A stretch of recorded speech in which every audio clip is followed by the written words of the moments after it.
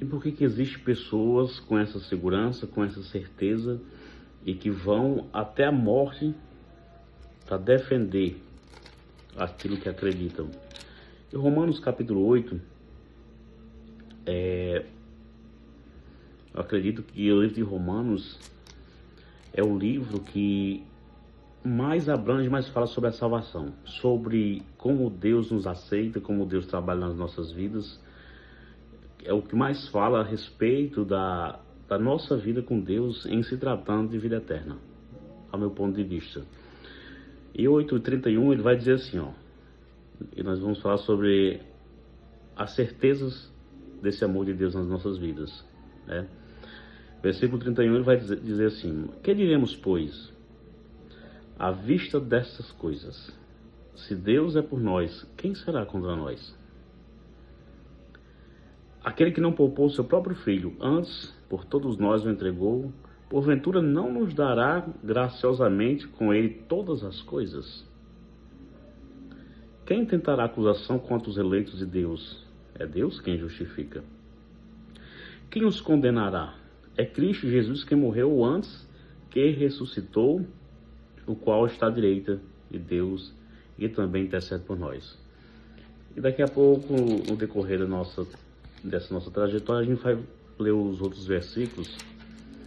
E eu quero chamar a atenção para pontos que são importantes, né?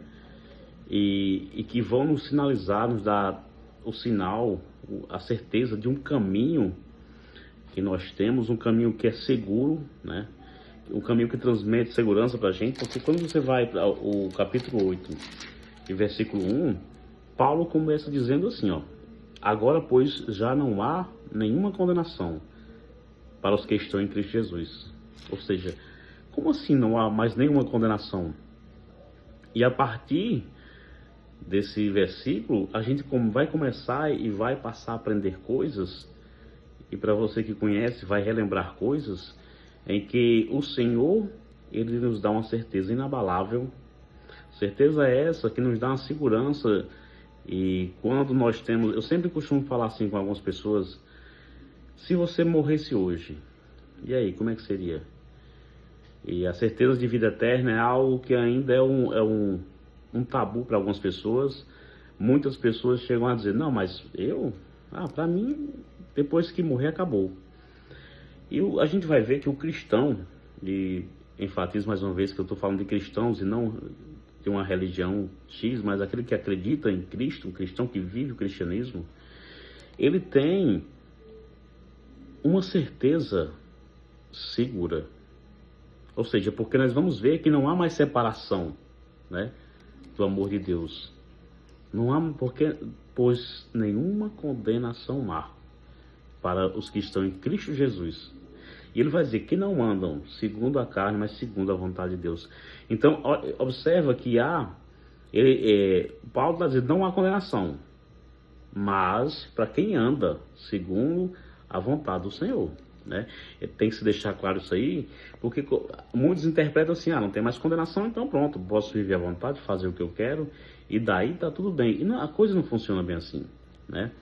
Então, Paulo vai, quando a gente vê no versículo 28, quando Paulo inicia, principalmente no versículo 28, eu quero que você preste atenção quando ele diz assim, ó: sabemos que todas as coisas cooperam para o bem daqueles que amam a Deus, aqueles que são chamados segundo o seu propósito. Ele está dizendo, segundo o propósito que Deus tem para a vida.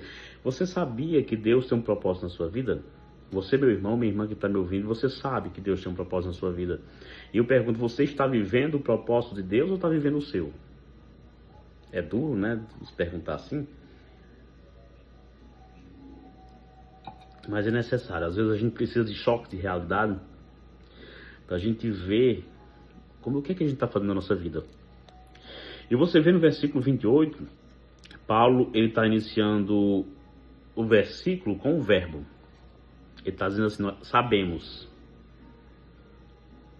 né? Nós sabemos que todas as coisas cooperam para o bem daqueles que amam a Deus. E Paulo, ele não começa a dizer assim, ó, nossa, nós esperamos que as coisas cooperem, não. Ou, de outra coisa, ele não está dizendo, nós supomos que as coisas cooperem. Não, ele vem com certeza, tá? Ele vem usando o verbo saber, ou seja, nós sabemos que tudo coopera para o bem daqueles que amam a Deus. E é por isso que ele nos mostra que em todos os nossos momentos e circunstâncias da vida, Deus trabalha ao nosso favor. É incrível isso, né? Você tem um Deus, e a Bíblia nos mostra aqui que Deus, ele trabalha a nosso favor. Não por merecimento, porque a gente sabe que nós não merecemos isso, né? E quando a gente está falando isso aí, Deus trabalha a nosso favor, mas Deus trabalha para os que o amam. Ó, o versículo 28 continua dizendo, mas Deus trabalha para os que o amam, daqueles que são chamados segundo o seu propósito. Então a gente está falando de propósito, né? E não é conforme o nosso querer, é conforme o querer dele. Então, o Senhor, ele tem um propósito de vida para cada um de nós. Ele tem um propósito eterno para a sua vida.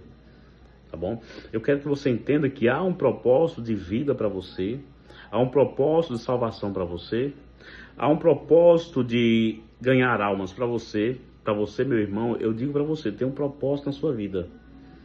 E eu espero que Deus, o Senhor, nos deu talentos. E eu espero de coração que os talentos que você recebeu do Senhor, você não esteja desperdiçando, tá bom? Porque quando você desperdiça uma coisa, olha, eu vou te dar um exemplo.